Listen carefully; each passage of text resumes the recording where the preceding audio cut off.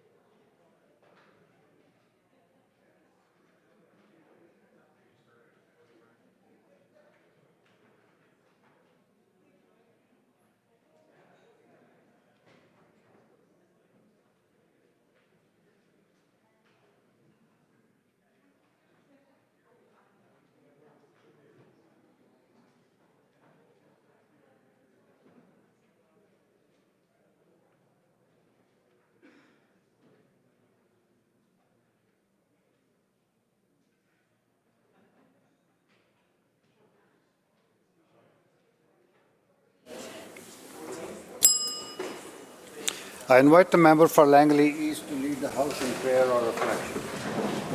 Thank you, Honourable Speaker. And as this is BC Agriculture Week, I thought it would be appropriate to have a reflection related to farming.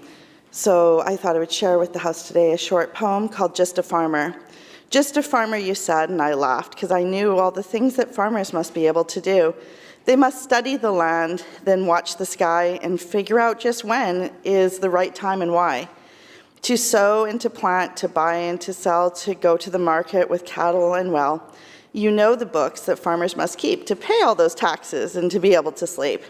And you know that the fixing that farmers must do when machines like mad monsters have a gasket that are blown or two. I guess when God needed folks to care for his earth, he chose just farmers because he knew their true worth. Thank you. Introductions by members. Minister of Labour. Thank you, Honourable Speaker. In the gallery today is a joint delegation of Unifor and Domtar Mill. Mr. Speaker, Bob Stevens, Vice President, Unifor Local 10B, Sheldon Maurice, Vice President, Unifor Local 10B, Jean-Claude Allaire, General Manager, Kamloops Pulp Mill, Tom Hoffman, Manager, Forestland and Fiber, Christine Dengelmeyer, Technical Quality and Environment Manager, Stephanie Blair, Human Resources Manager, Bonnie Skeen, Regional Public Affairs Manager. Please help me give them very warm welcome.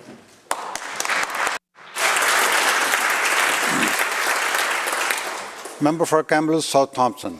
Thank you, Mr. Speaker. And I, too, would like to join in welcoming this joint delegation from Unifor and the Kamloops Domtar pulp mill on behalf of the member for Kamloops North Thompson and myself. Domtar is a major employer, and in fact, the pulp mill in Kamloops has been there for decades, a huge contributor to the local economy and the community generally. Currently employing 317 folks in the mill and with about 1,500 direct and indirect jobs. So we're very appreciative of everyone that works with and for Domtar.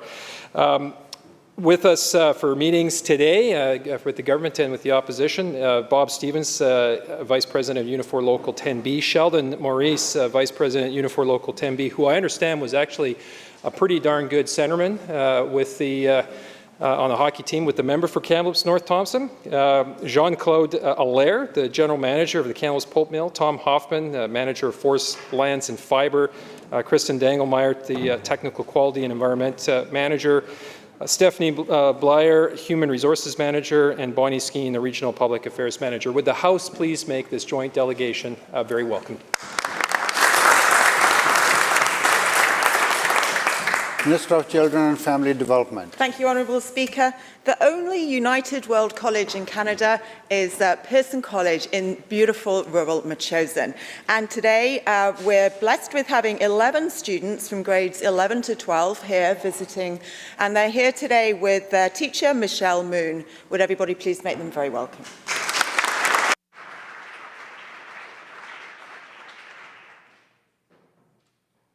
Clerk. Introduction of bills. Minister for Environment and Climate Change Strategy. Thank you very much, Mr. Speaker. I have the honour to present a message from Her Honour, the Lieutenant Governor. Her Honour, the Lieutenant Governor transmits herewith Bill number 24, entitled Environmental Management Amendment Act 2021, and recommends the same to the Legislative Assembly. Minister. Thank you, Mr. Speaker. I move that the bill be introduced and read a first time now.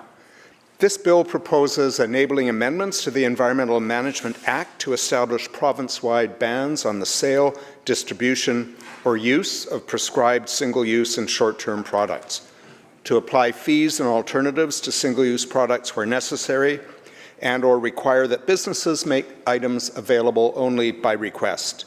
This authority would be in addition to existing authority to make regulations prohibiting or restricting the use and nature of specified kinds of packaging, including plastic packaging. This legislation will support our government's commitment to the province-wide phase-out of single-use plastics, and it will reduce the environmental impact caused by the amount of plastic waste created in this province, as well as reduce the negative impact of plastic pollution on human health and the environment. It will also minimize the risk of unintended consequences posed by other non-plastic single-use alternatives. The public expects strong action on problematic single-use products, and local government and industry expect a coordinated provincial approach, and this legislation responds to those expectations. Members, you heard the motion. It's the first reading. All those in favour indicate aye. Aye. Opposed? Motion carried. Minister. Mr. Speaker, I move that this bill be placed on the orders of the day for second reading at the next sitting of the House after today. Members, you heard the motion. All those in favour indicate aye. Aye. Opposed? Motion carried.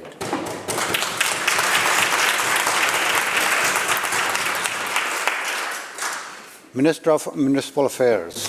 Mr. Speaker, I have the honour to present a message from Her Honour, the Lieutenant Governor.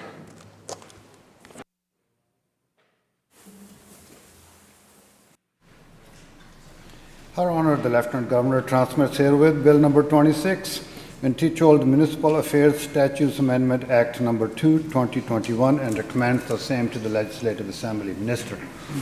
I move that the bill be introduced and read a first time now.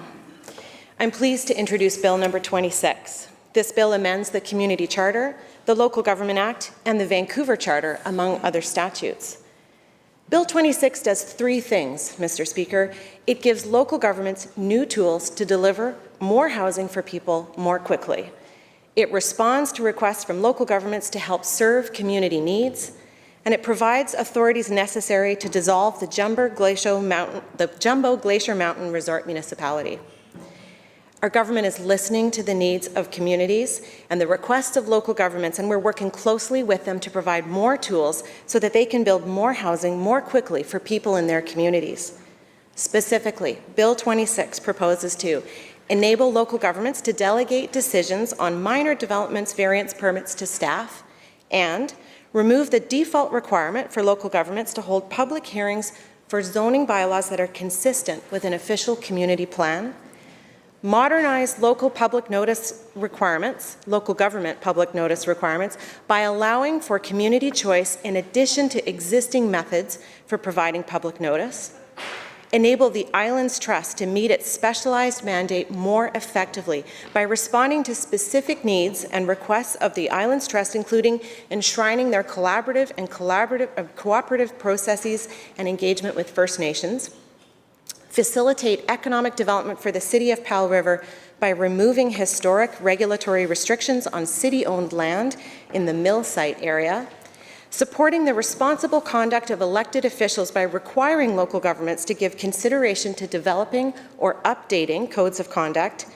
And finally, Mr. Speaker, I'm pleased to share that these amendments will provide the Lieutenant Governor and Council with specific authorities to dissolve the Jumbo Glacier Mountain Resort Municipality and remove the authority to incorporate a mountain resort municipality without residents in the future to prevent a situation like this from ever happening again. Mr. Speaker, as the Minister for Municipal Affairs, I'm pleased to table these amendments which respond to the needs and requests of local communities. Thank you. Members, the question is the first reading of the bill. All those in favour indicate aye. Aye. Opposed? Motion carried. Minister. Speaker, I move that the bill be placed on the orders of the day for second reading at the next sitting of the House after today. All those in favour indicate aye. Aye. Opposed? Motion carried.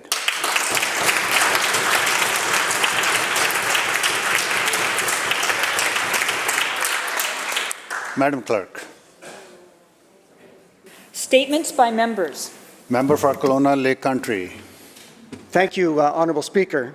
As MLAs, we are no stranger to airports. Many of us probably visited one this past weekend. For many, an airport is a simple and necessary stop on a long journey, either for work or to see friends and family, or to take a vacation. But the value of airports for our communities cannot be understated. Airports serve crucial purposes. They keep our province and our nation interconnected. They serve as the first impression of our communities for many who take their first steps into our hometowns, and they serve as key economic drivers supporting thousands of jobs and hundreds of millions of dollars in economic output for our towns and province. When you live in such a desirable location as the Okanagan, the value of such a fantastic airport as YLW truly cannot be understated. The Okanagan and Kelowna probably wouldn't be the same as it is today without YLW. Prior to COVID-19, YLW's total economic impact was 4,500 jobs and $789 million in total economic output to the province of BC. But like all airport hubs around the world, COVID has had a tremendous impact on YLW and the thousands of people who earn their living keeping it running. At Kelowna International Airport, air service in 2020 and most of 2021 has been down by more than 90%.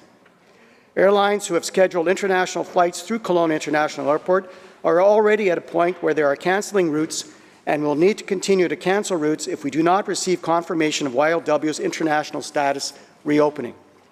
I hope my statement today serves not only as some recognition and gratitude for the thousands of staff at YLW and airports across BC who have kept them running throughout this incredible challenge of COVID-19, but also serves as a call to action for this House and all members to do whatever they can to convince our federal authorities to reinstate international status to the Okanagan's airport as soon as possible. Thank you, Mr. Speaker.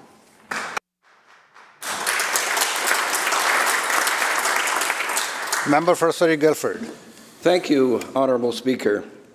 I'm pleased today to pay tribute to an amazing and dedicated community leader who has been a driving force in Surrey for many years in her work with the Surrey Food Bank. Fiza Jaffer has been the Executive Director of the Food Bank since 2017, and during that time the bank has undergone and continues to undergo dramatic and remarkable progress and change. Today, the Surrey Food Bank serves roughly 14,000 people monthly, with more than 40% of that being children.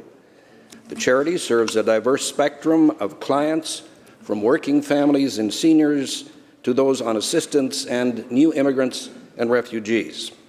Known as an expert in food security and the food banking industry, FISA has grown substantially through many years of hands-on leadership serving the not-for-profit sector.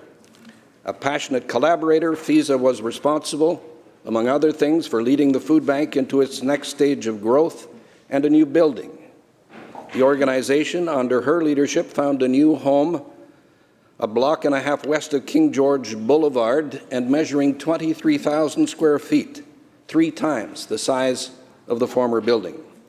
Earlier this year, FISA was honored in what is probably best described as at least slightly ironic, but at the same time very fitting.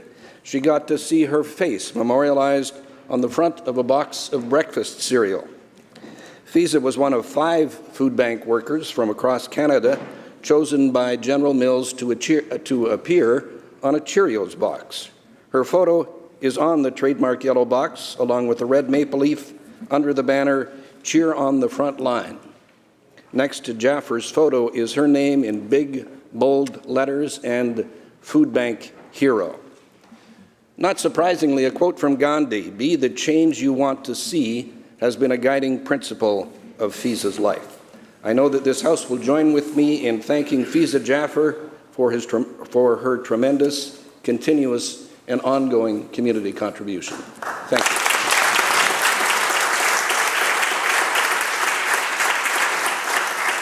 Member for West Vancouver, Capilano. Thank you, Mr. Speaker. Sport has the power to change the world. It has the power to inspire, to unite people in a way that little else does. It speaks to youth in a language that they understand. That's the much-quoted Nelson Mandela. West Vancouver's only running track is almost 70 years old. It has a proud history as a staple community amenity and a place where extraordinary athletes got their start. But due to the track's deterioration, there's been a call for an upgrade to it for many years. With the North Shore's growing population, the demand for a safe, all-weather multi-sport and leisure facility for all ages has never been higher. Demand has far outgrown the current field's availability. There's no other public track facility in West Vancouver, and the last competition-sized track in North Vancouver was removed last year as part of the Handsworth High School replacement. A small group of dedicated volunteers has been working to raise funds to build the West Vancouver Place for Sport to fill this need. And so was born the West Vancouver Place for Sport in the community. The heart of this new facility will be a running track named in honor of one of the North Shore's most inspirational residents, Harry Jerome. Jerome grew up on the North Shore and trained at the West Vancouver track in the 1950s. He went on to hold the title of the world's fastest man, setting a total of 7 world records over his career. Jerome was Canada's male athlete of the 20th century and has inspired countless individuals with his commitment through adversity. The West Vancouver Place for Sport and the Harry Jerome Oval will be a reminder of his great contributions in the future. The community continues to raise funds to make this dream become a reality. For anyone that wishes to help and support this important project and has sport in their heart, please contact the West Vancouver Foundation, and we look forward to welcoming you to the track. Thank you, Mr. Speaker.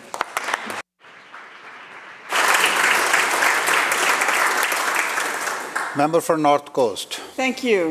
While some of us are experiencing Zoom fatigue, many women are embracing the technology and feeling empowered by it. While many companies are using a hybrid model of working where employees spend part of their time working from home and part in the office, many organizations are considering keeping large meetings online. The thinking is that it helps productivity, saves time, money, GHG emissions, and it increases gender equality. The UK Permanent Secretary for Department for Digital recently told staff that she would keep online meetings because they were more effective and also helped women participate. Digital meetings can be great levelers because everybody's in the same size box. Dr. Hee-Jung Chung points to new research that shows people from an ethnically diverse background and LGBTQ2S+ workers may find that not having to be present in physical work environments that other them makes work more accessible. Research from Slack's think tank Future Forum, based on American workers, found that only 3% of Black workers wanted to return to full-time in-person work, compared with 21% of white workers. Jean Nicholas Raitt, assistant professor of organizational behavior at McGill University, states, "Even as modern organizations are challenged by attracting, retaining, and promoting talented employees, they underutilize one major source of available talent: women.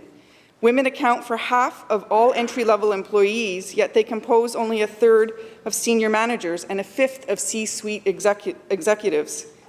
One of the reasons women have a harder time advancing professionally is that they are much more likely than men to prioritize their family responsibilities over their careers. Honourable Speaker, if organizations continue to offer remote work opportunities after the pandemic is over, more women will have a level playing field." Thank you.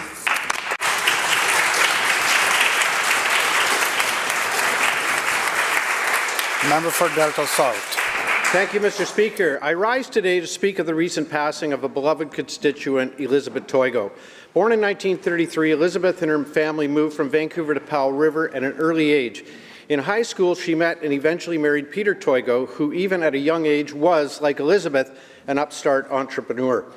Peter and Elizabeth moved the family to Tsawwassen in 1964, and as the family grew, so did the Toigo business ventures of Shadow Holdings, including White Spot Restaurants and many other real estate developments. Due to Peter Sr.'s untimely passing in 1993, Elizabeth became not only the matriarch of the family, but she also became chairperson of the Toigo family's thriving businesses, under which her guidance continued to thrive to the present day. Elizabeth Toigo was a wonderful mother, grandmother, and great-grandmother. She was welcoming, she was funny, she was a generous host, a great philanthropist, a great cookie maker, and a tremendous fan of the family's Vancouver Giants hockey team. But more than anything, she was a class act who somehow managed to remember all 29 grandkids and great-grandkids' birthdays and made each and every one of them feel they were her favorite. She also made a special point of taking each of her grandchildren Christmas shopping each year. Elizabeth was an immensely kind and generous person. She gave significant contributions to many charities, including Cancer Research, Variety Club, the Delta Hospital Foundation, and a historical donation which resulted in the Peter C. and Elizabeth Toigo Diagnostic Centre at our Delta Hospital. Her kids think she even picked up the phone every time she heard Sarah McLachlan's melodramatic singing during an SPCA commercial. Mrs. Toigo was the glue that held the family and their businesses together. She was an extraordinarily kind, caring, generous, and selfless person with a great sense of humor.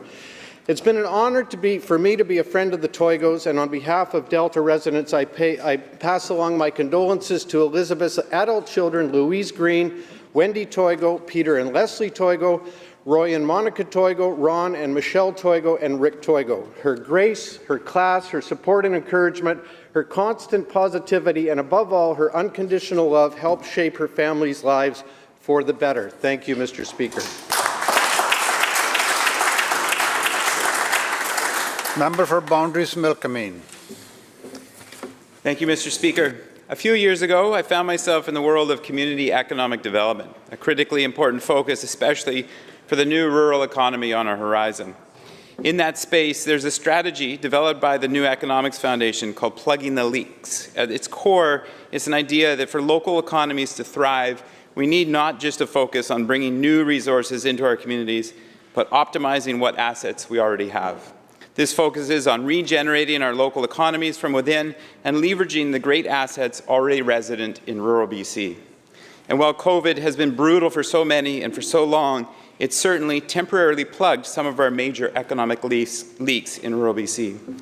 While our international border was closed, for example, we saw some businesses in our border towns, such as clothing, retail, and hardware, ending up with record sales numbers. Staffing was tough, mental health was tough, and uncertainty was tough. But the financial statements were good. Money was flowing. Likewise, some local food supply chains, able to be nimble, have done very well. The Kettle Valley Food Co-op, for example, saw a 300% increase in sales tied to their ability to pivot to food delivery and the increased demand for local food.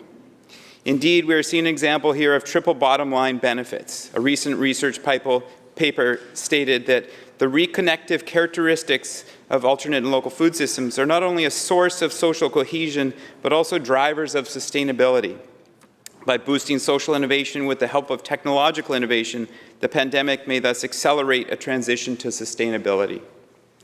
We have the potential to redesign supply chains with our economy, nutrition, and human health in mind.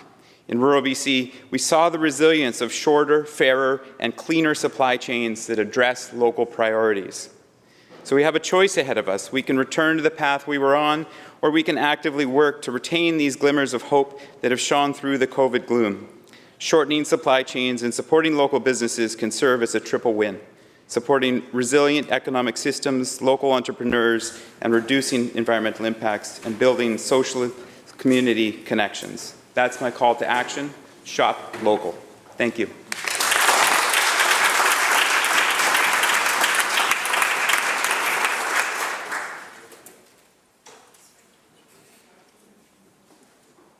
Madam Clerk. Oral questions by members. Leader of the Official Opposition. Thank you, Mr. Speaker. Emails obtained under FOI show that alarm bells were ringing at ECOM 911 well in advance of a heat wave that took the lives of 569 British Columbians. According to ECOM's Vice President of Operations, delays in transferring ambulance requests from 911 call takers had been increasing for 12 months prior to the heat wave. On June the 3rd, nearly a month before the heat wave, an internal email says, and I quote, "There are spikes we cannot manage in our current underfunded model. BC Emergency Health Services is compromising public safety due to delays with their call answers," end quote. This is a question for the Premier of British Columbia. Why did his government fail to act before these delays cost the lives of so many British Columbians during the heat wave? Minister of Health. Thank you very much, Honourable Speaker, and thank you to the Leader of the Opposition for her question. The Leader of the Opposition will know, because I brief on these subjects regularly, that the situation around ambulance calls was something I raised in public around June the 3rd, because those days were record days in British Columbia. They weren't heat dome days, they were regular days. And we were seeing an extreme uptick in the use of our ambulance service, such that I think it was June the 4th or 5th in that range. It was the highest day of ambulance calls at that time in the history of British Columbia, except for New Year's Eve 2017 and 2018. We have been adding extraordinary resources to our ambulance system. We've gone from a funding level of $424 million to $559 million. During that period, we were adding resources to the ambulance system. The events of the heat dome, as the member will know, in that weekend, saw an increase in calls so significantly beyond even what we saw in the first week of June that it was unprecedented, as Dr. Henderson has suggested from the BC CDC, a 1 in 1,000-year event, which has now happened and we now have to respond to. And the member will also know the significant investments we've made, including in dispatch, 30 new dispatchers in the BC EHS part of the system and the ambulance dispatch part of the system to address that issue. But there are extraordinary challenges facing our ambulance system and healthcare system today because of 2 public health emergencies, and we are responding with more resources, more ambulance paramedics, more ambulances, more air ambulance, and more dispatchers. Leader of the Official Opposition, supplemental. Well, thank you very much. Almost 600 frail, elderly British Columbians, for the most part, died. And this government had a warning. And the time period that the emails reference were 12 months, where call volumes were increasing at unprecedented rates. It was too little, too late. And the outcomes, frankly, were deadly. The emails obtained under FOI make it clear that the crisis in 911 dispatch and the ambulance services were ignored by the government in the months leading up to the heat wave. ECOM felt so frustrated at their concerns being ignored, they considered holding a press conference to directly appeal to the government. not in 2018 or 2019, but prior to the heat wave. This is what the President and CEO of ECOM wrote on June the 30th, and I quote, "The government needs to get in.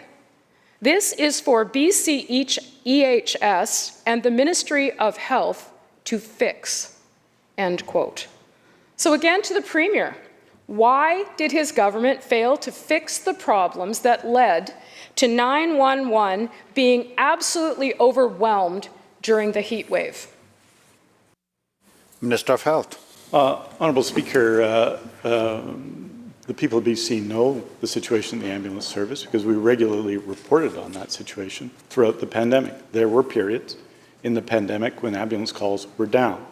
There were more significant periods, particularly on Vancouver Island earlier on in January and February, and then in the whole province, starting in May and June, where we saw ambulance demand increase in advance of the heat dome to an extent that had never been seen before. This is a fact and something we regularly reported on. It's why we responded by significantly increasing resources to the ambulance service in 2018, in 2019, in 2020, and now 2021 to deal with the situation that we dealt with at those times and to see a significant increase in service.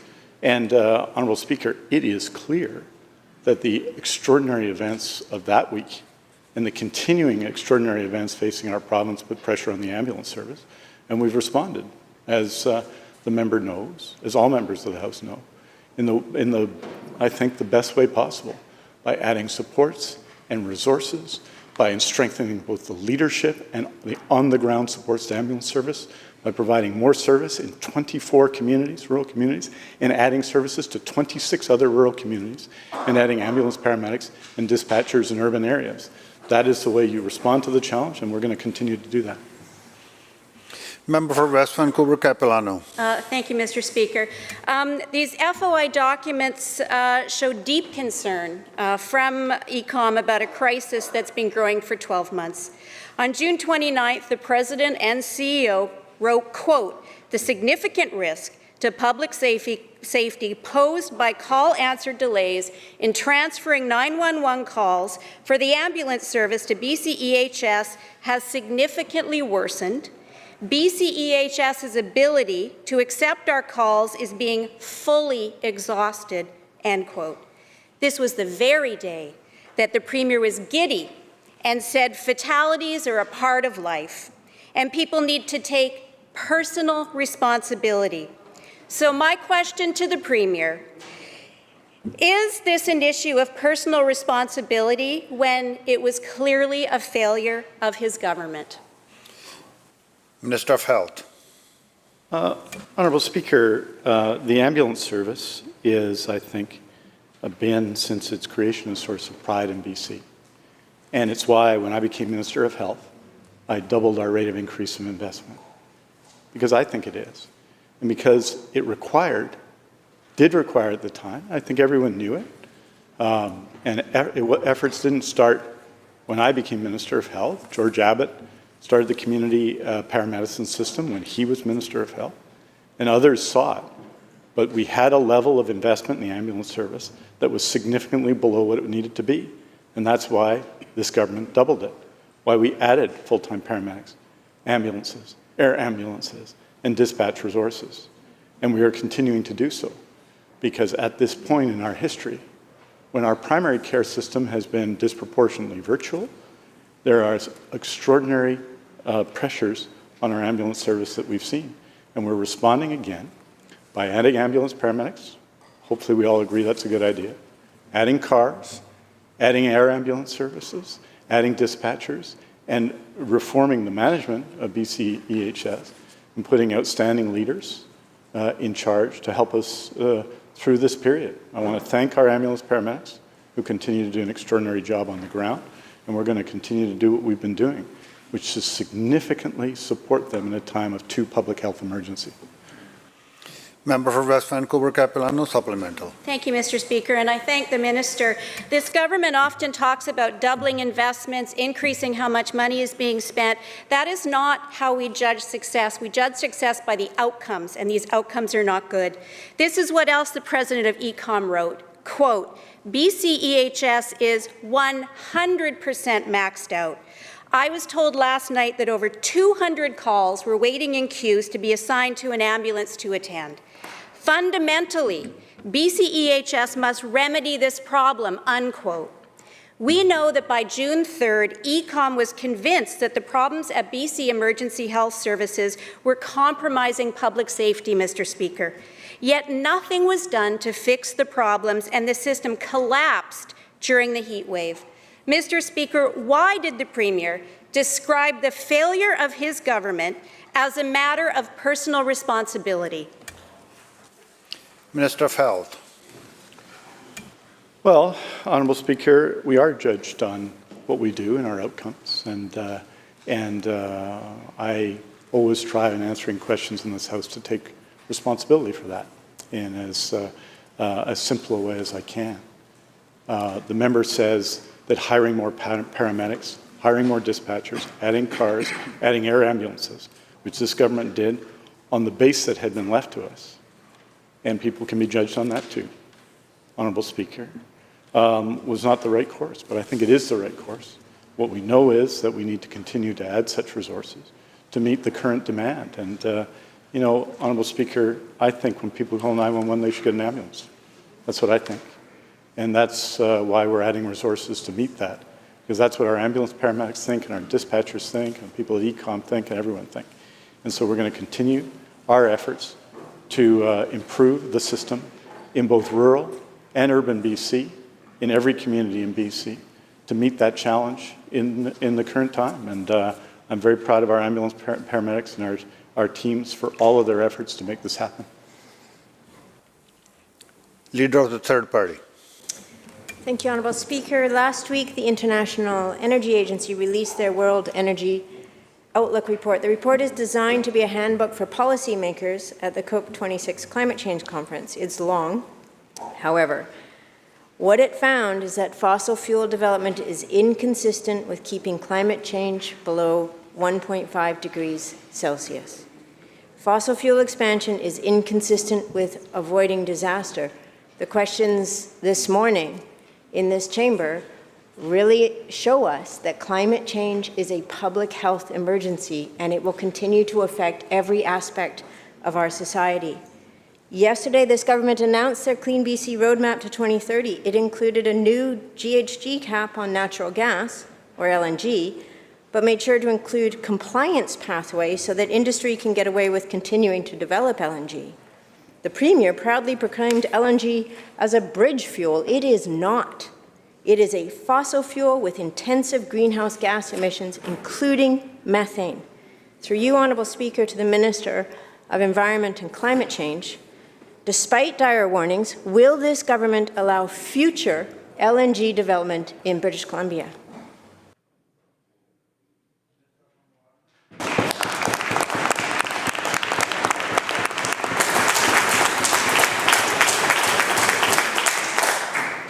Thank you very much, Honourable Speaker, and thank you to the member for the question. British Columbians, like people around the globe, have experienced the effects of climate change in the last couple of years, and particularly this year, that exceed anything that they thought they would see, although climate scientists obviously knew what was coming. We're concerned about that as well in our government, and we understand we need to address the issue of climate change with great urgency.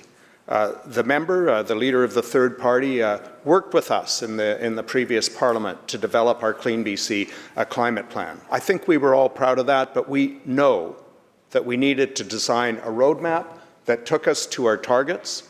We needed to close that loop, and we needed to up our ambition. We're proud of the roadmap that we released yesterday. It is significant. It contains measures across all sectors of society and the economy. They've been independently modeled to reduce emissions to meet our target. That includes mandating methane emission reductions in the oil and gas sector of 75% by 2030, and it includes a commitment, Honourable Speaker, to work with the sector, with oil and gas, with Indigenous nations, and with experts to design the measures that will take us to our 2030 sectoral target of 33 to 38% reduction in oil and gas emissions. The Clean BC roadmap is modeled including a 33% reduction.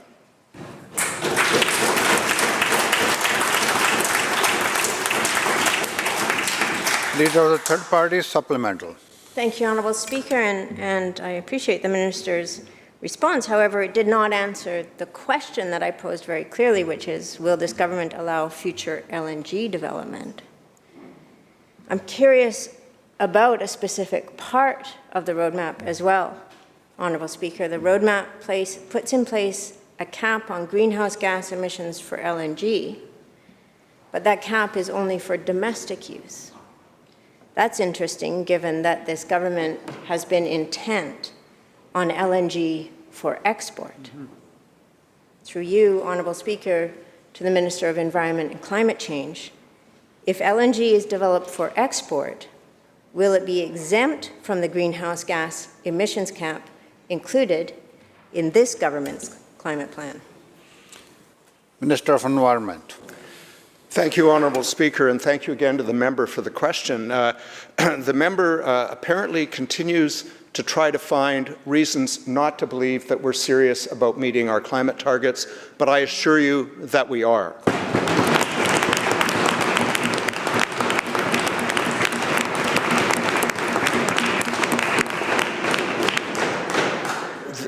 The member has also incorrectly interpreted the roadmap. There is a cap on emissions from oil and gas use domestically, and there is a commitment to work with the oil and gas sector, with Indigenous nations, with experts, to put in place programs and policies to ensure that we meet the emission reduction sectoral target for oil and gas in BC. Honourable Speaker, the member keeps looking for a dramatic statement.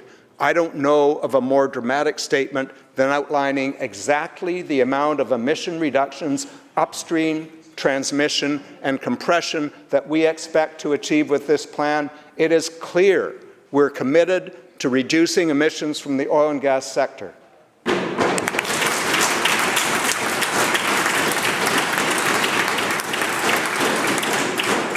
Member for Kamloops South Thompson. Thank you, Mr. Speaker. Tragedy struck at the BC Supreme Court recently when a judge fell ill with stroke-like symptoms. Now, we're all taught the acronym FAST to recognize the sign of stroke. And as everyone knows, the T stands for time to call 911. But after waiting on hold with 911 for more than 30 minutes, the BC Sheriff's Service had to drive this Supreme Court judge to the hospital using one of their own vehicles. Turns out that not even a Supreme Court justice can get an ambulance under this Premier. So my question to the Premier is this: when is the Premier going to acknowledge that BC's emergency system is in crisis, and when is he going to fix it? Minister of Health. Thank you very much, Honourable Speaker. And, any time that people have to wait too long or don't get the service they need in our healthcare system these times or any other time is a serious question. I take the question very seriously, of course. It doesn't matter who you are. It doesn't matter who you are in our province. That's what the public healthcare system is all about. It's why, when I became Minister of Health, and clearly a major upgrading and reform of the ambulance service was needed, we engaged in that. And we substantially increased resources. I mean, the numbers are there, they're undisputed. I don't think they're disputed in the House. This dramatic increase, other than mental health and addictions, the largest increase of any area of healthcare since I became Minister of Health, which is a significant investment.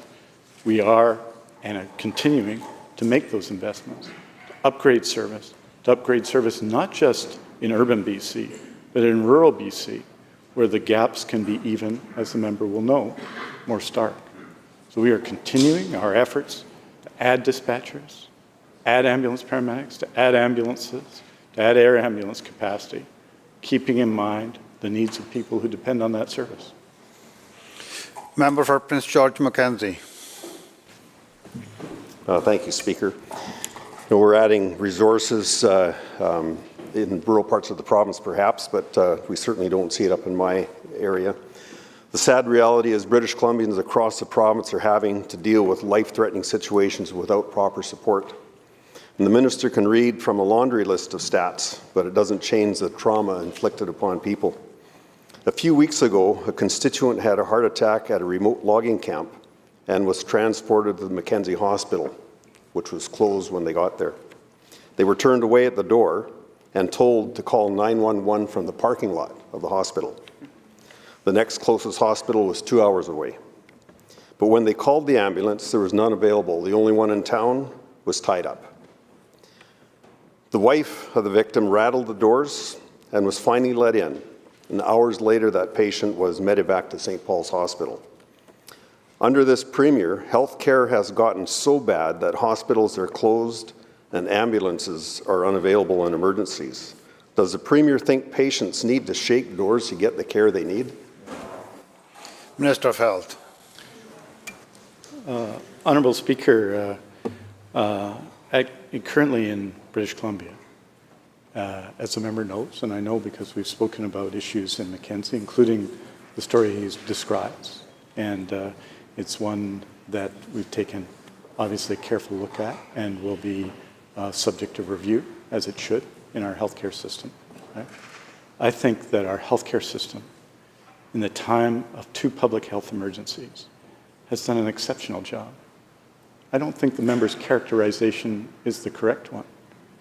Moreover, I think our healthcare system has responded in a way that British Columbia can be proud of. 67 people have been taken from critical care in the north to critical care in the south, mostly related to COVID-19 and mostly because this has become a pandemic of the unvaccinated. And people take those steps unhesitatingly and provide the care unhesitatingly. We've added air ambulance resources, air resources, ambulance support resources in the north. These are exceptional times and exceptional stresses. And I appreciate the concern of the honourable member for his constituents, and I've been engaged with him on that question.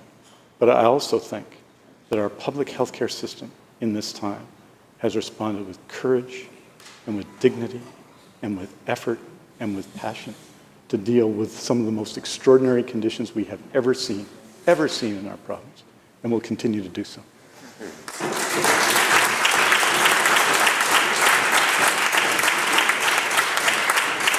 Member for Shuswap. Well, thank you, Honourable Speaker. Nobody here is questioning the Herculean efforts that have been undertaken by the ambulance service. This line of questioning is all about a lack of resources and a lack of action by this government. Honourable Speaker, it's like the Premier has forgotten that this is his second term in office, that these are his decisions and that the impacts are real. In my riding, a woman fell into a fire and suffered severe burns. Her husband and neighbours rushed to assist her, and as anyone would, called 911, expecting assistance. Help failed to arrive. After that failure, they transported the woman to Shuswap Lake General Hospital. She was then flown to Kamloops and then flown to Vancouver General Hospital. Residents expect care when they need it. They don't expect to have to act as an ambulance crew. Through you, Mr. Speaker, to the Premier, healthcare in this province is getting worse, not better. What is the Premier going to do now to make sure that people get the care that they need? Minister of Health.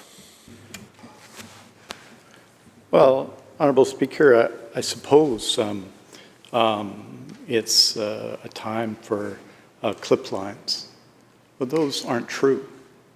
Right? They're not true. Yes, I've been Minister of Health for more than 4 years. Yes, each of those years has involved a record increase in the ambulance service. Yes, I gave twice as much priority as had been given before to those issues. But, as you know, on the ground, we're dealing with 2 public health emergencies, 2. And in that time, we've reduced surgical wait lists. Our urgent and primary care centers have provided outstanding primary care. The outcomes of people with COVID-19 in critical care are some of the best in the world. And we are continuing to work to address services. To say that these aren't extraordinary times, a time of 2 public health emergencies, is simply ignore what's in front of us. And I know the members know that because they're fully engaged on these issues every day and in their community. And that's why we've got to do and continue to work together to increase levels of immunization and vaccination so we can move to a new stage of the COVID-19 pandemic and continue to support our healthcare system with unprecedented resources and support in challenging times.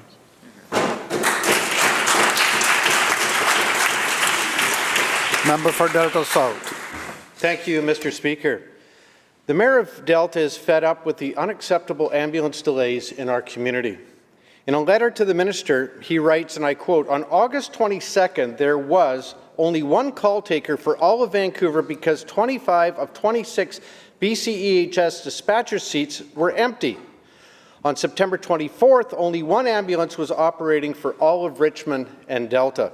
This is incredible incompetence for an area of over 300,000 people, Mr. Speaker. We haven't heard the NDP MLAs from Richmond speak up about this ambulance delay, but I will, Mr. Speaker. Will the Premier act now and fix this ambulance crisis?"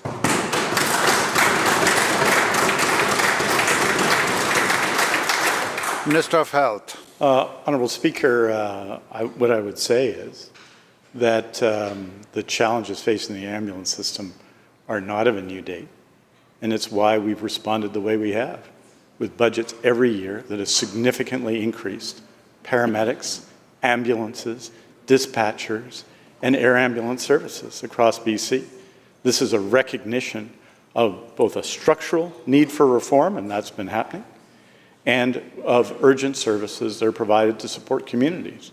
And this was, yes, these were necessary steps, and more will be required, Honourable Speaker. And that is why I think, given the circumstances, I'm so proud of the response of our ambulance paramedics and dispatchers who, on the ground, in challenging times, when we've seen an unprecedented increase in demand, have responded with courage and skill and dignity and are working so very hard.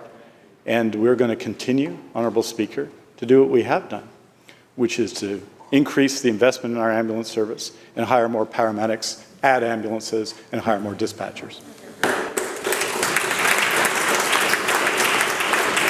Member for Fraser-Nicola.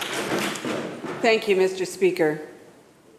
As the Minister knows, the ambulance situation is also being complicated by staffing shortages and ER closures. But now the Mayor of Ashcroft says that the ambulance service isn't even being told about the closed ERs. And I quote, "We have an ambulance station in Ashcroft. Sometimes they aren't even aware that the emergency department is closed, or whether it's closing at 8 p.m. or 10 p.m. They're taking people in the ambulance to the ER in Ashcroft, and then, finding it closed, have to divert. Does the Premier find it acceptable that ambulances can arrive at emergency rooms only to find out they are closed?" Minister of Health. Thank you very much, Honourable Speaker, and certainly if the member has brought that to my attention, I'll certainly look into the issues raised by herself and the Mayor of Ashcroft, because those are things that shouldn't happen, sometimes do happen, but shouldn't happen in our system. We have continued to invest, particularly in rural primary care. The member will know that the issue in Ashcroft is one of some long date, that the move away from full-time emergency room services occurred under a previous government for reasons that were real at the time. And I don't pass judgment in that, but we are working hard with the community in Ashcroft to improve emergency room services and to improve hospital and primary care services, and with regions across BC to add not just on-call paramedics, but full-time paramedics all over BC to ensure that our service is ready in rural BC for what's coming over the next decade, as well as this year and this month. So I thank the member for her question. I'm happy to look into the issue she's raised. Opposition House Leader of the Official Opposition. Thank you, Mr. Speaker. Well, the problem is very clear, and the problem is very clearly this government's failure to act in a timely fashion. The minister can stick to their speaking notes all he would like, but the reality is all of our email boxes are filling up with story after story of delay and wait, and delay and wait, and a failure in our healthcare system. We've heard about the closed emergency rooms, closed actual hospitals. We've heard time and again about that, and I will guarantee the members opposite in government are getting those same emails, yet doing nothing about it. This minister used to be the health critic. I wonder what he as a health critic would say about the total failure of the healthcare system right now to address these needs. We've had warnings 15 months ago about a shortage of dispatch. Ignored. And then a heat wave comes and 569 people lose their lives. We've heard the problem is very clear, a lack of resources. A car accident in Smithers requires an ambulance. No one was answering. A passerby drove to the ambulance station and a fire hall, and an ambulance on call just happened to be driving by but already had a patient, but they still stopped. One person died in that scenario, another had to be airlifted to Vancouver. Healthcare by luck and circumstance, not by phoning 911 and actually having somebody pick up the phone and dispatching. According to ECOM, as reported in the Tyee, that call was one of 5,000. And that's actually a typical Wednesday. The delay was actually a lack of dispatchers. So again, ECOM quotes, during this time we were seeing longer delays in transferring 911 callers with the request for ambulance to BC Emergency Health Services, end quote. So again, when will this Premier actually address the shortcomings and actually acknowledge the critical crisis the healthcare system across the borders in British Columbia and actually take steps to fix it instead of blaming people for trying to actually get healthcare they need in a timely fashion? Minister of Health. With respect to the last line the member made, Honourable Speaker, no one's done that ever, right? No one's done that ever. And I think when the member suggests that we don't take this issue seriously, he is wrong. He refers to my time as health critic. Yeah, I thought the government there underinvested in the ambulance service, and they did. And that's why I doubled the level of funds for ambulance.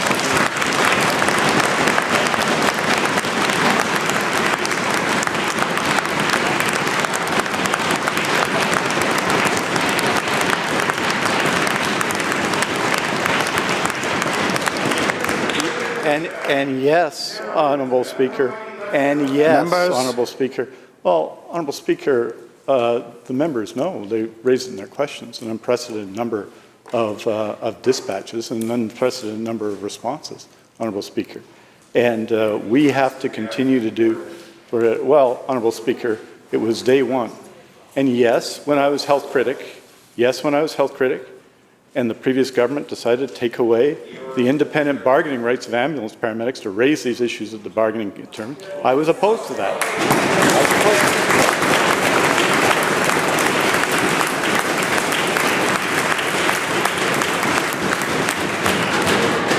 And because I believe, members, let's Honourable listen to Speaker, the answer, please. Because members. I believe, Honourable Speaker, order. I believe, Honourable Speaker, that it's working together with our ambulance paramedics, that we can do a better job. And so I restored those rights at the bargaining table. And many of the increases in services, the creation of hundreds of full-time positions, are a direct result of that collaboration. And we have to...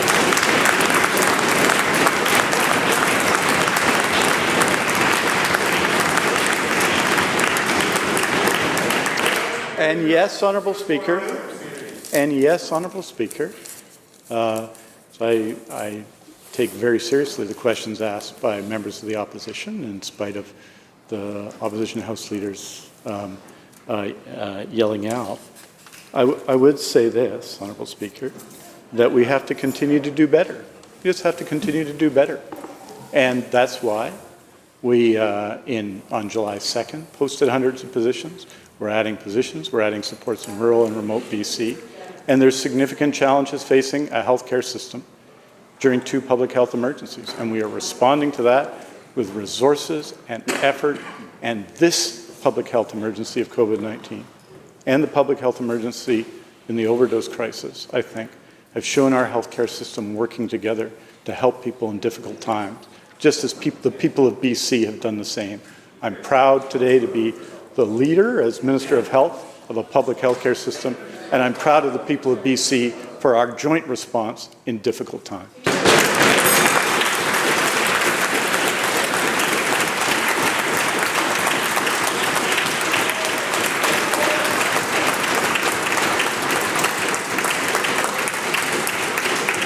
The bell ends question period. Members, I have the honor of the Auditor General's report on the audit of the public accounts fiscal year 2020-21. Madam Clerk. Orders of the day. Government House Leader. Thank you, Honourable Speaker. I call continued second reading debate on Bill 22. Member for Kamloops South Thompson. That's 2 people that needs debate. Have somebody speaking back to us.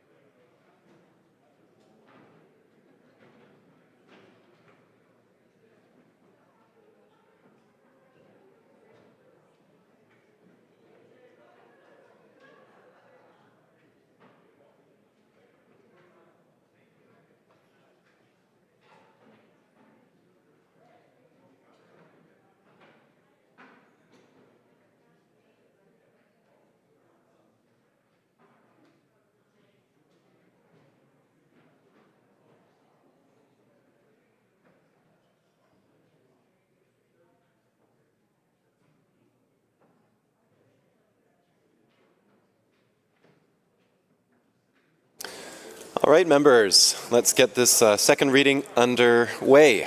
I believe it's the member for Kamloops South Thompson to continue. Proceed, member. Thank you, Mr. Speaker. I appreciate the opportunity to continue my comments today to the amendment that the official opposition moved yesterday to Bill 22.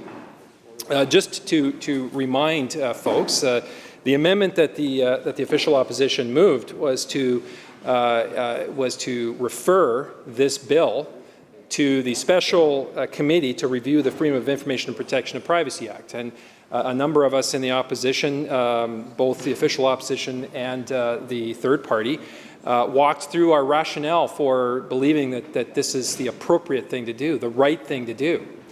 I'm hoping that in what little time that we have left today in debate on this amendment and potential additional debate on second reading more generally, that someone, anyone from the government will stand up and articulate the rationale for bringing this bill forward now. That someone from the government will stand up and actually explain to this House and through this House to British Columbians how such a deeply flawed bill is even in front of us here today. And why the special committee that is statutorily required to review the Freedom of Information and Protection of Privacy Act, why this bill was brought forward prior to that committee actually meeting and undertaking its important work, engaging with stakeholders, not the least of which the FOIPA commissioner himself, to better inform through those recommendations the content of the bill or of a bill that would amend the FOIPA Act. But, Mr. Speaker, we find ourselves here with one of the most sweeping package of changes or reforms to this legislation, and no one from government seemingly wanting to speak to it. I think that's a very disappointing day in the history of this place, and again, it's not too late. Hopefully someone from the other side will jump up and offer some insights into the government's rationale for moving forward with this deeply flawed bill. But back to the purpose of the amendment, again, in light of the disconnect that seems to be at play here between the purpose of the special committee that statutorily has the obligations to review the FOIPA Act and bring forward recommendations. The disconnect between letting that committee do its work and then bringing forward recommendations through legislation. And because this bill is so deeply flawed, again, the amendment would replace, would basically provide for the bill not being read a second time at this time, but rather be referred to the appropriate committee, which I have talked about. The issues, however, that we have with this bill, and that so many British Columbians are articulating with about this bill, the more and more people actually dive into it and realize what is actually in this bill.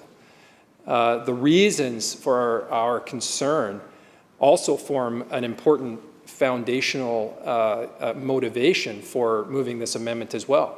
It's a deeply flawed bill. And when I say that, amongst a number of flaws that we believe are contained within this bill,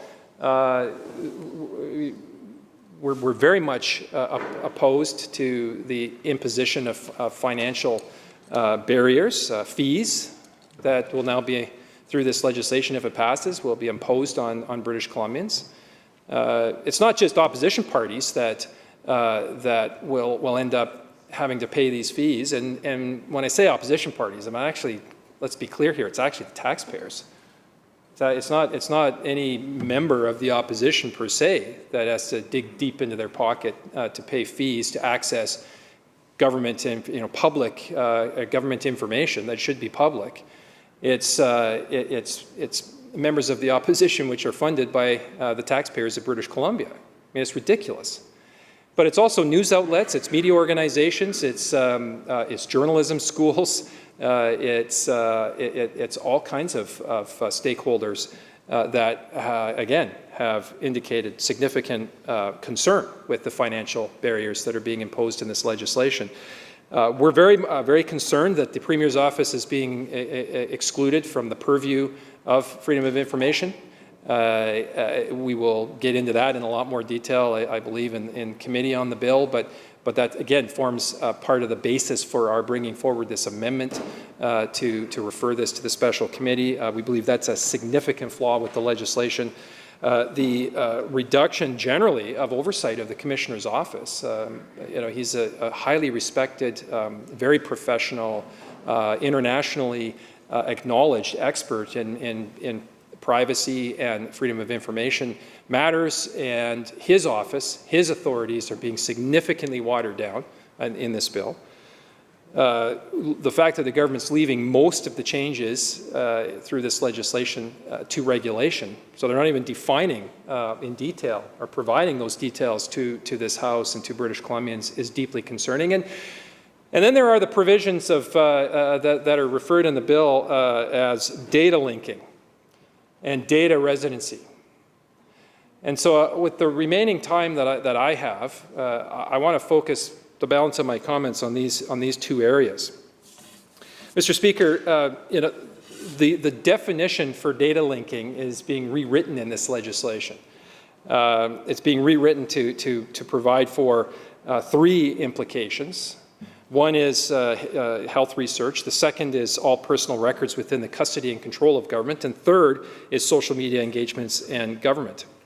Mr. Speaker, social media and engagements. This is a brand new consideration within the scope of data collection that is contemplated through this legislation.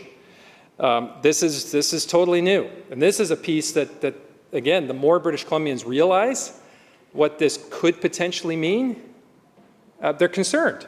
Now, we don't know exactly what it means because it's not defined. It's not detailed. There's no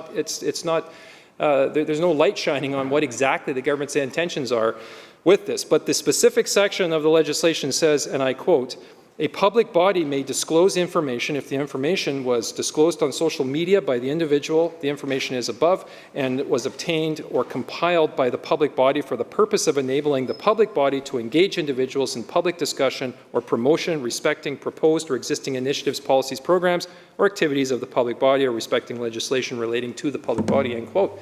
That's the section from the legislation. What this means, Mr. Speaker, and it's important to understand what data linking is. Data linking is bringing together disparate data sets and linking them to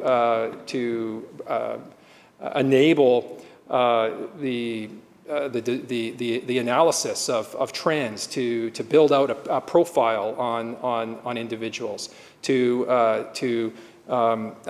used properly and appropriately with guardrails wrapped around it, to enhance the service for people. But the inclusion of social media channels, the social media posts that British Columbians make, again, in relation to policies, protocols, engagements, consultations, initiatives of government or of a public body of government, is very, very concerning, not to be defined anywhere. What is the government's intent here? You know, if my neighbor posts on her Facebook page that she was really upset with her for a number of reasons with her recent experience at a provincial park, what is the government going to do with that data? If another individual is unhappy with the road maintenance in the province, what is he going to do with that, or what is government going to do with that data? Because the government's going to have the right to go in and scrape those posts, that content, the metadata wrapped around it. Government's going to be able to go in and scrape that data, harvest that data, obtain that data, use whatever word you want. The government's going to have access to that personal data, social media data of British Columbians. This has the potential to be a significant invasion of personal privacy. Now, Mr. Speaker, it's as I've said, the details are all pushed into regulation. The Commissioner, in his tersely worded 7-page letter that was provided moments after the legislation was introduced, was very, very clear about his concerns related to data linking and data residency, which I'll get to in a moment. He was very clear in saying that he doesn't believe that there are guardrails built into this legislation, that his office should have oversight, that there should be draft regulations provided to his office so that his office can better understand what government's intentions are here and provide its view of those intentions to government. Those concerns were all expressed by the Commissioner, but again, they have fallen on deaf ears. Now, as I want to talk a little bit about the data residency side of this. Mr. Speaker, I, for the life of me, cannot understand, as a former tech CEO and someone who knows a few things about data co-location and the importance of strict security protocols and in terms of how data is stored and managed and backed up and protected. I have no idea what the motivation is for government to eliminate the current data residency requirements, which require that data, that personal health data of British Columbians, that soon to be extracted personal social media data of British Columbians.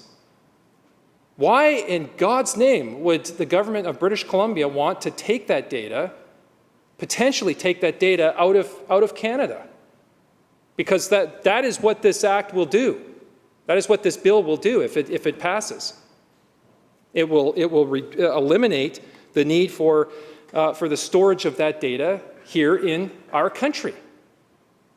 Now, we have state-of-the-art co-location facilities. One of them, well, a couple of them are up in my hometown in Kamloops. State of the art. They have additional capacity. I've checked. And yet the government is saying, no, we need to take this information. We need to potentially, or at least have the flexibility to store this information outside of our country. And British Columbians should be very concerned about that. And am I somewhat putting words into the mouth of the government? Perhaps. But I have no choice. I don't understand what the motivations are, because no one in government will stand up and speak to this legislation, this amendment in particular. And the details of the government's intentions aren't included here. Mr. Speaker, when that data is stored here in Canada, there are very specific policies and protocols that have to be respected, right down to the staff person that has access to where the servers are located.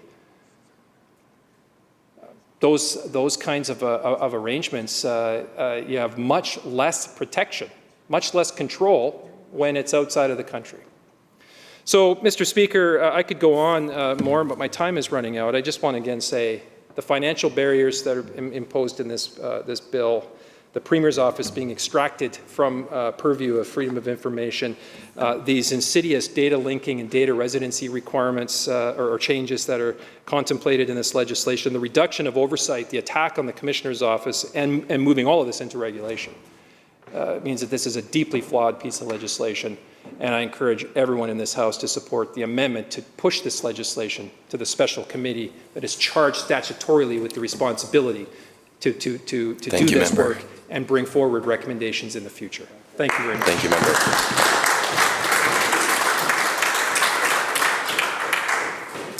Seeing no further speakers, I call a vote on the proposed amendment moved by the member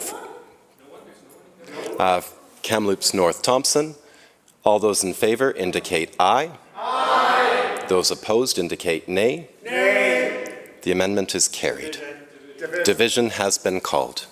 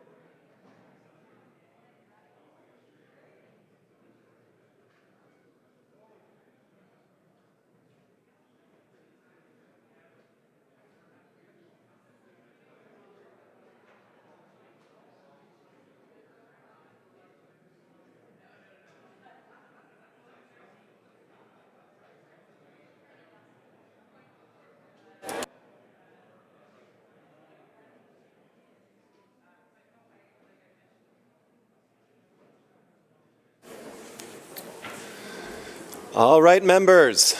Division has been called on the amendment.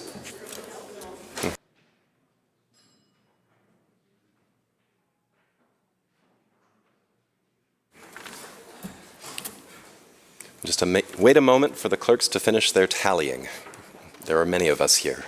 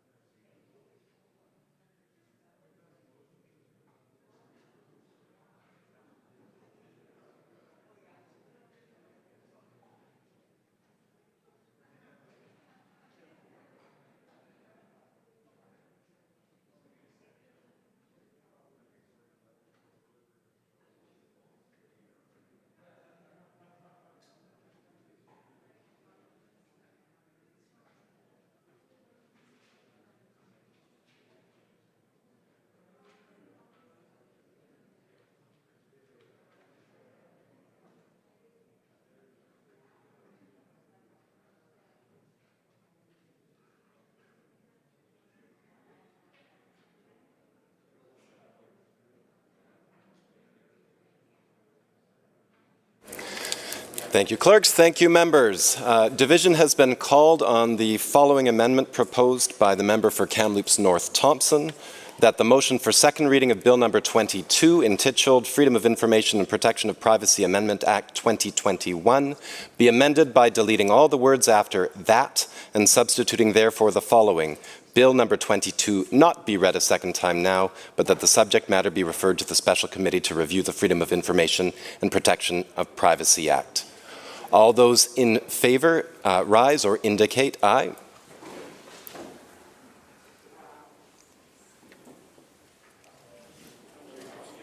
Thank you, members.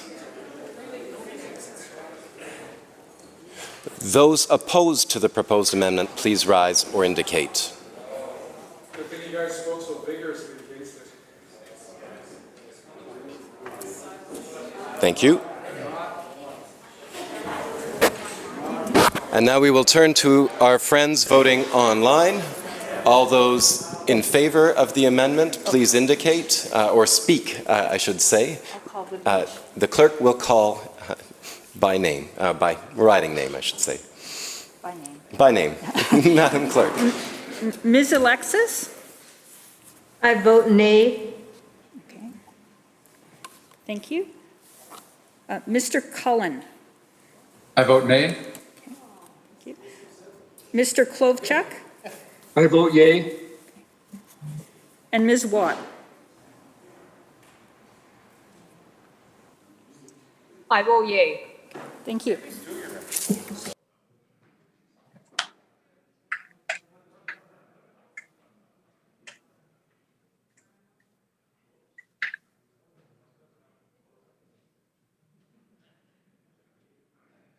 Madam Clerk.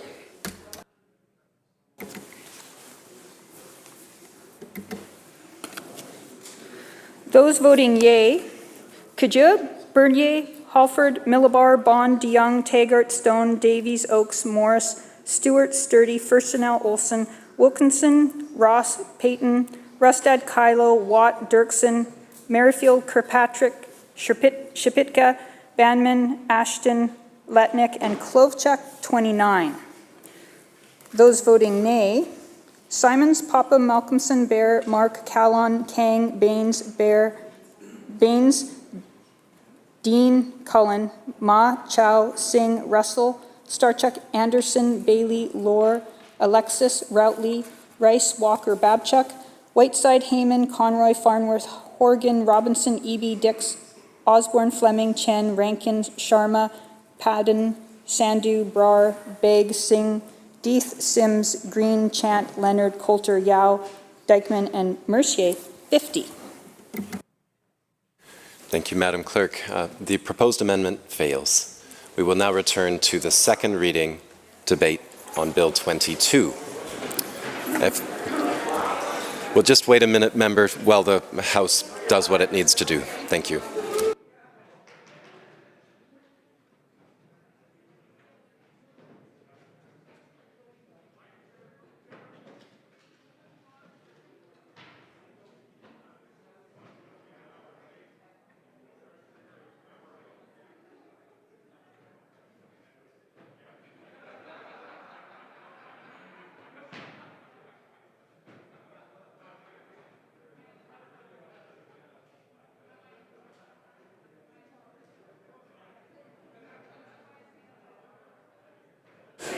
Members, if you could make your way out of the chamber if that's what you're planning to do. Otherwise, we do have a member who wishes to have the floor. Recognizing the member for Abbotsford West. Mr. Chair, I made a prediction yesterday that I made two actually, that I was fairly confident would be accurate. I was hoping, genuinely hoping I would be wrong.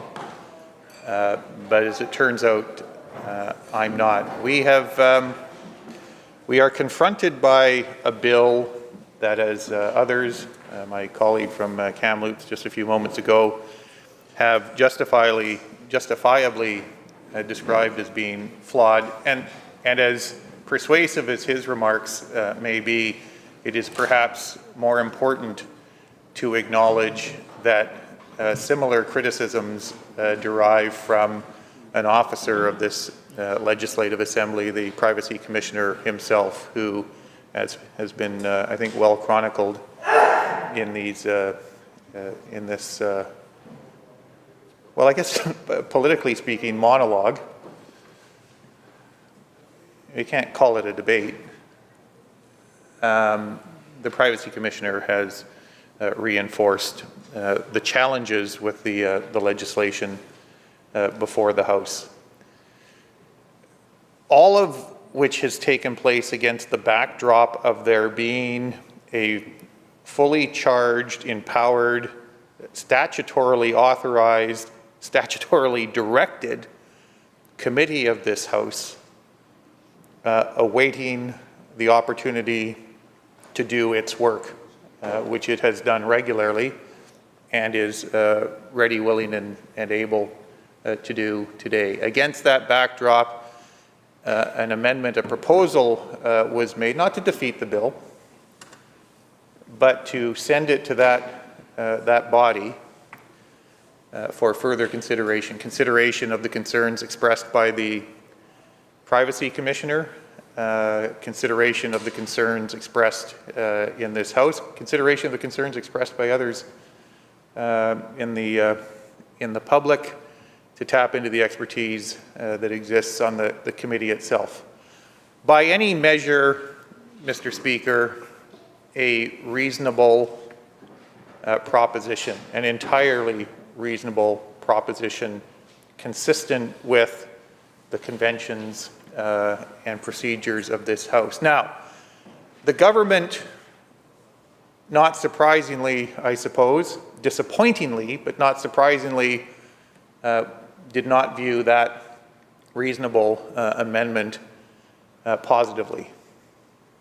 All right, that's not the first time that has happened, that governments and oppositions have disagreed on what constitutes a reasonable procedural approach to legislation. But, Mr. Speaker, 50 members of the government just voted against that very reasonable approach, and not one of them could muster one word, nay, not one syllable, to justify the vote that they've made, and that is despicable, Mr. Speaker.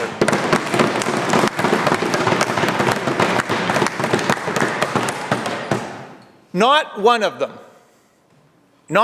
them had the temerity to stand in this House and provide any rationale, any argument, any opinion for why the proposal to send this to a committee was improper, unreasonable, unworthy of support. I made another prediction yesterday. I said, this marks a turning point, a seminal moment in the life of this government, and we have just seen it. A government armed with a majority that now governs on this basis. We'll do what we want, when we want, because we can, and the procedures, the opportunity to argue, the opportunity for an exchange of opinions doesn't matter anymore. It's not relevant.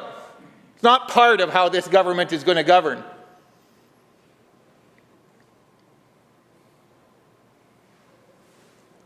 "57 members. For the purpose of this discussion, 55 that I think were entitled to participate in the debate.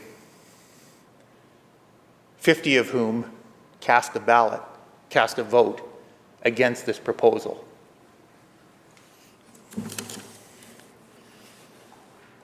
Member for Victoria Beacon Hill voted against this proposal.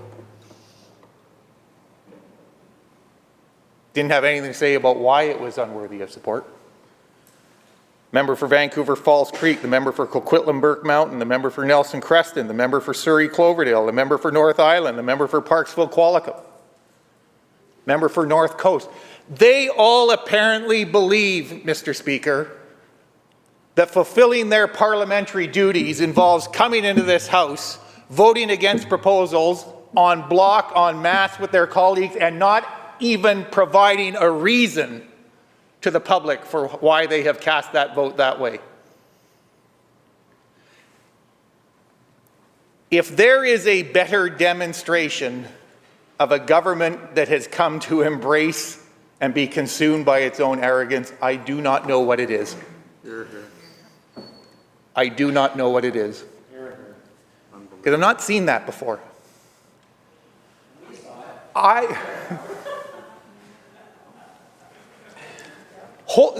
Stop the presses. A member of the government side just spoke.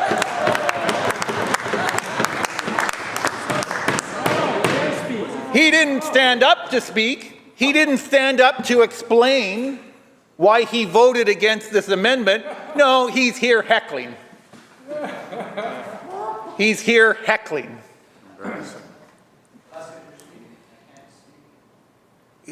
He's just full of commentary after the vote, Mr. Speaker. He's just full of commentary. But we're not done. We're not done. We're in second reading. In fact, if he'll indicate to me now his willingness to stand up, I will defer. I'll sit down. He can stand up right now.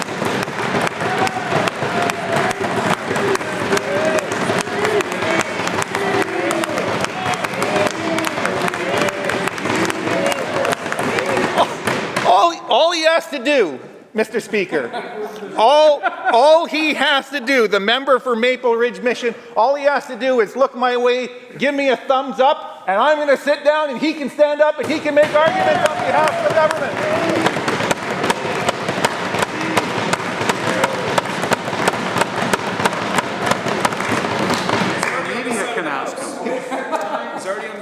He's not nodding, and I don't see any thumbs, Mr. Speaker. Maybe the media can ask. That's a good one. Waste of time. I haven't even gotten to the minister. I haven't even gotten to the minister who, on behalf of the Executive Council, brings a message from Her Honour the Lieutenant Governor, commends it to the House for support, makes brief remarks, very brief, is confronted by the concerns of the House, the concerns of the parliamentary officer of the House, and then confronted by an amendment that says, you know, in this case, absent any urgency, that, by the way, no one on the government side has offered a single argument about the urgency of this. And confronted by all of that, the minister has chose to simply ignore and offer, again, not a single syllable of justification or argument on behalf of the government for why the suggested amendment is unworthy of support or why the government won't support it. And they may have their own reasons. It's a parliament. Now, I'm no linguist, but even I understand that it comes from the word parler, to speak.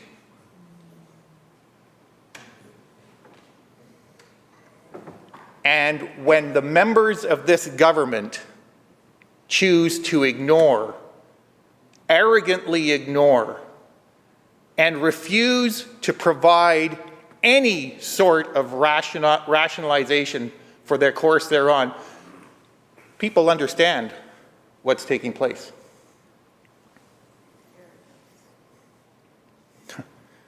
I talked about the member for Port Moody, Coquitlam. He's the chair of the committee that the government, by their actions, has disparaged. Now, I actually have been around here long enough. I didn't expect him to get up, Mr. Speaker, and trash the government. He took the pay. I didn't expect that. I did, however, expect that given his role as the chair of the committee, given his role as a member of the government caucus, that he would feel compelled to explain to the House, if this was his view, and apparently it is, because he voted that referring the work to the committee he was chair of was a bad idea. I don't know if I've ever heard of a chair of a committee. I don't know if I have ever, in my time here, seen a chair of a committee vote and say, by virtue of that vote, please don't send us the work that we're statutorily obliged to do. It's so embarrassing. Taking the check. Taxpayers. Well, the thing is, getting paid though. He's taking the pay. Cash the check. It's, I guess it's easy to stand here and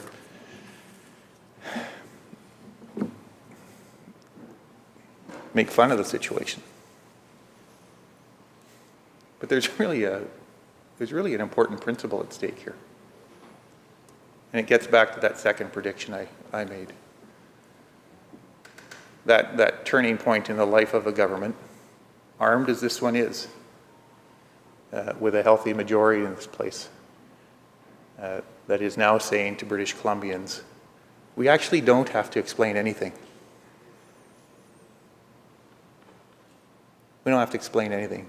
We can do it because we want to, and we have a majority.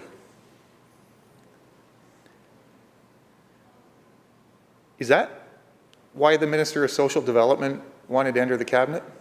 Is that the kind of government that he wanted to be a part of?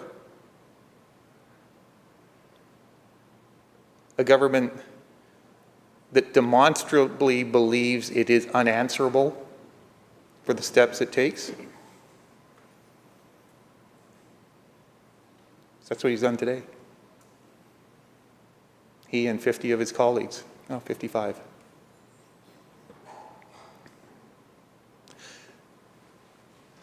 A sad day, a sad demonstration, Mr. Speaker, and a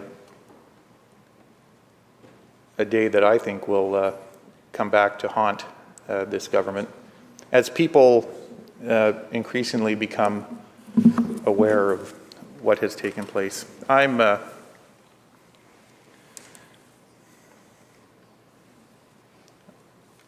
going to go on much longer, but I hope that whether it's this evening or over the weekend, the members of the government who on every other occasion have no hesitation, seem to have plenty to say when it suits their purpose.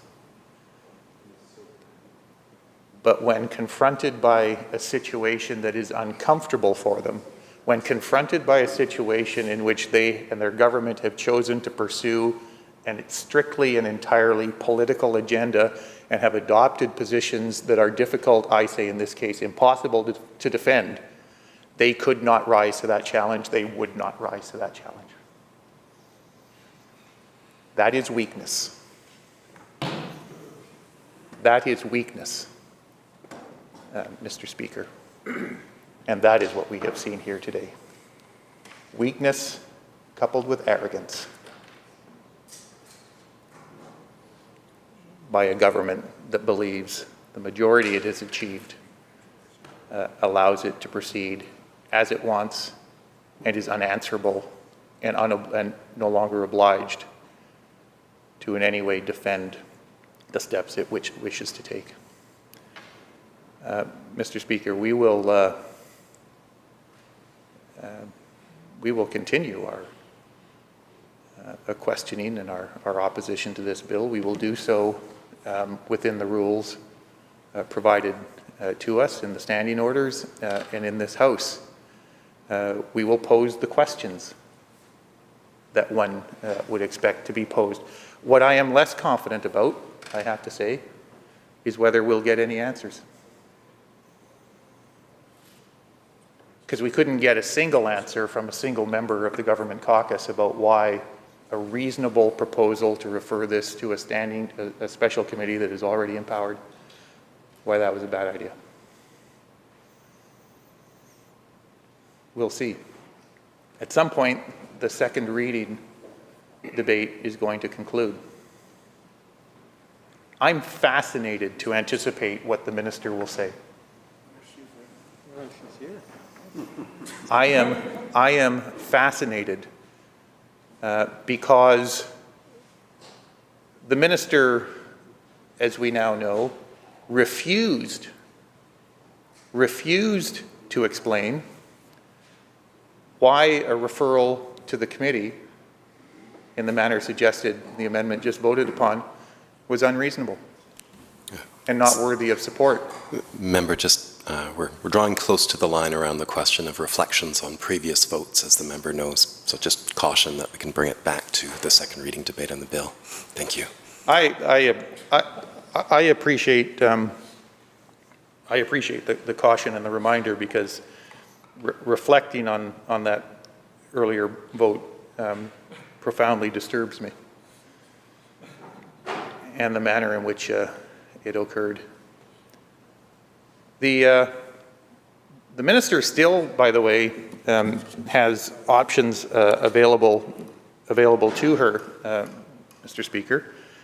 She could, of her own volition, of course, refer the matter to the committee. I don't think she's going to do that. I wish she would. But what I particularly hope she will do is explain to the House why cutting the special committee statutorily responsible for this out of the equation is the appropriate thing to do. I hope in the course of this second reading debate she will touch upon the criticisms, observations, and concerns addressed to her by the Privacy Commissioner. I hope she will table the letter that she undoubtedly has sent in response to those concerns to the Privacy Commissioner, or at least for the purposes of today's conversation, confirm that she has responded in writing to the Privacy Commissioner, because heaven forbid she has to admit that she hasn't even written back to him. But we can end that speculation right now. Having received a letter unlike any that I have ever seen from a statutory officer, this minister can at least inform the House that she's had the courtesy of responding in writing. And my prediction is in a few moments she'll have that opportunity. I hope she'll do it. If she doesn't, we'll draw our own conclusions.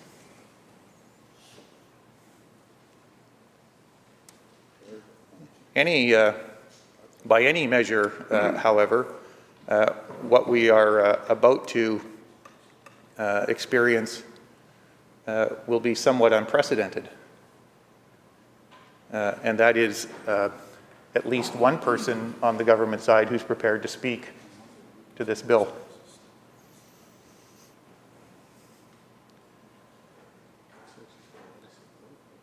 I know that members of the government are uncomfortable. I think many of them are embarrassed. I hope they are. That would at least speak to their character a little bit. I hope the minister is embarrassed. I hope she's not proud. If she stands up and says how proud she is, I'll be profoundly disappointed. But that too will speak to character. A sad and disappointing day, Mr. Speaker, not because one side or the other lost the vote. That happens here every day. A sad day because the side that persevered no longer feels obliged to explain how they have come to their position. No longer feels obliged to participate in the exercise of debate. Sad indeed, Mr. Speaker. Thank you, member. Seeing no further speakers, does the minister wish to close second reading debate? Minister. Thank you, Chair. And I want to thank all the members that I've been listening to through this second reading debate. It is very interesting because there seems to be a whole lot of misinformation being spread by the members opposite about what this bill is. And I know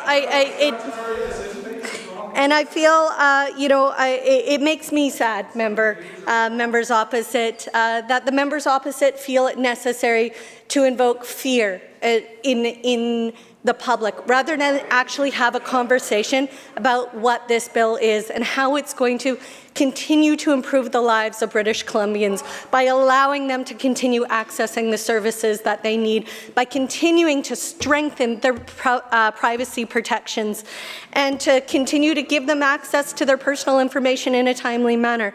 So with that, Chair, I look forward to committee stage, which is where we are going to have this debate clause by clause, line by line through this legislation. And I'm going to get the chance to outline what this means for British Columbians and how important it is. So with that, Honourable Speaker, I move second reading and thank you. Thank you, Minister. Members, the question is second reading of Bill 22. All those in favour indicate aye. Aye. Those opposed indicate nay. Nay. The division has been called.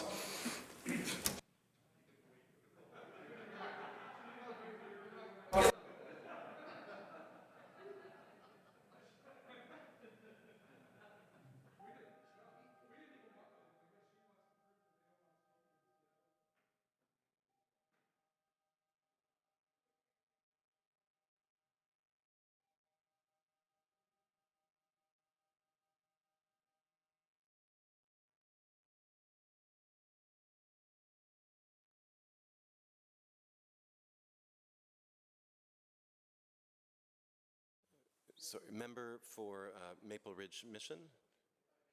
I noticed that, Mr. Speaker, that the clock started about 20 seconds after you rang the bell. I'm just wondering, on a point of order, that perhaps we could add those 20 seconds. Thank you. We will take that into consideration and account, member. Thank you.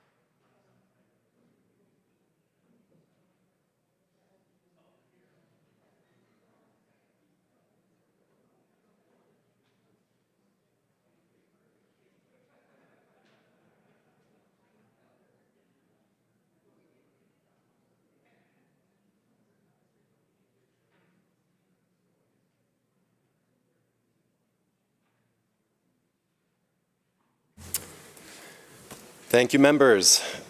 Minister moved that the bill be referred to the Committee of the Whole for consideration at the next sitting of the House. Nope, sorry, I've jumped ahead. Members, the question is second reading of Bill 22. All those in favour rise or indicate aye.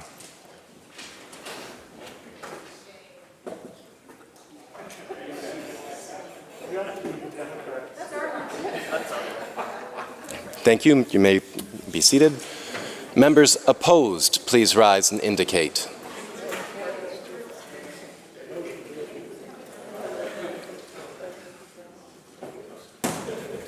Thank you, members. We will now turn to the members on the screen. Madam Clerk. Thank you. Ms. Alexis. I vote aye.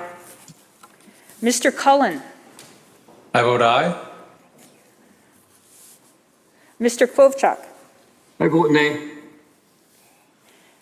And Ms. Watt. I vote nay.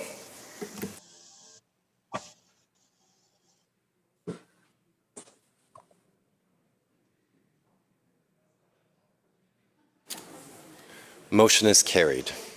Oh, sorry. Madam Clerk. Those voting yea, Simons, Papa, Malcolmson, Bear, Mark, Callon, Kang, Baines, Dean, Cullen, Ma, Chow, Singh, Russell, Starchuk, Anderson, Bailey, Lohr, Alexis, Routley, Rice, Walker, Babchuk, Whiteside, Heyman, Conroy, Farnworth, Horgan, Robinson, Eby, Dix, Osborne, Fleming, Chen, Rankin, Sharma, Routledge, Padden, Sandhu, Brar, Begg, Singh, Deeth, Sims, Green, Chant, Leonard, Coulter, Glumak, Yao, Dykeman, and Mercier, 52.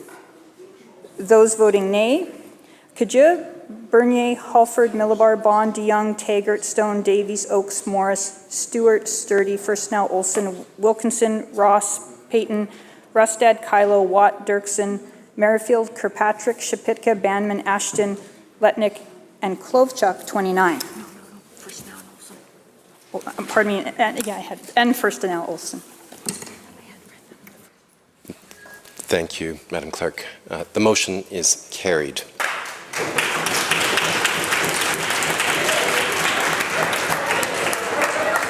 Minister.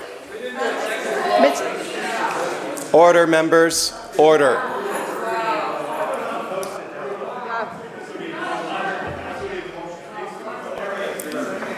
We will have order, members. Minister. Thank you, Chair. I move that the bill be referred to the Committee of the Whole to be considered at the next sitting of the House after today. Members have heard the question. All those in favour indicate aye. Aye. Those opposed indicate nay. Nay. Motion is carried. Government House Leader. Thank you, Honourable Speaker. I move the House to now adjourn.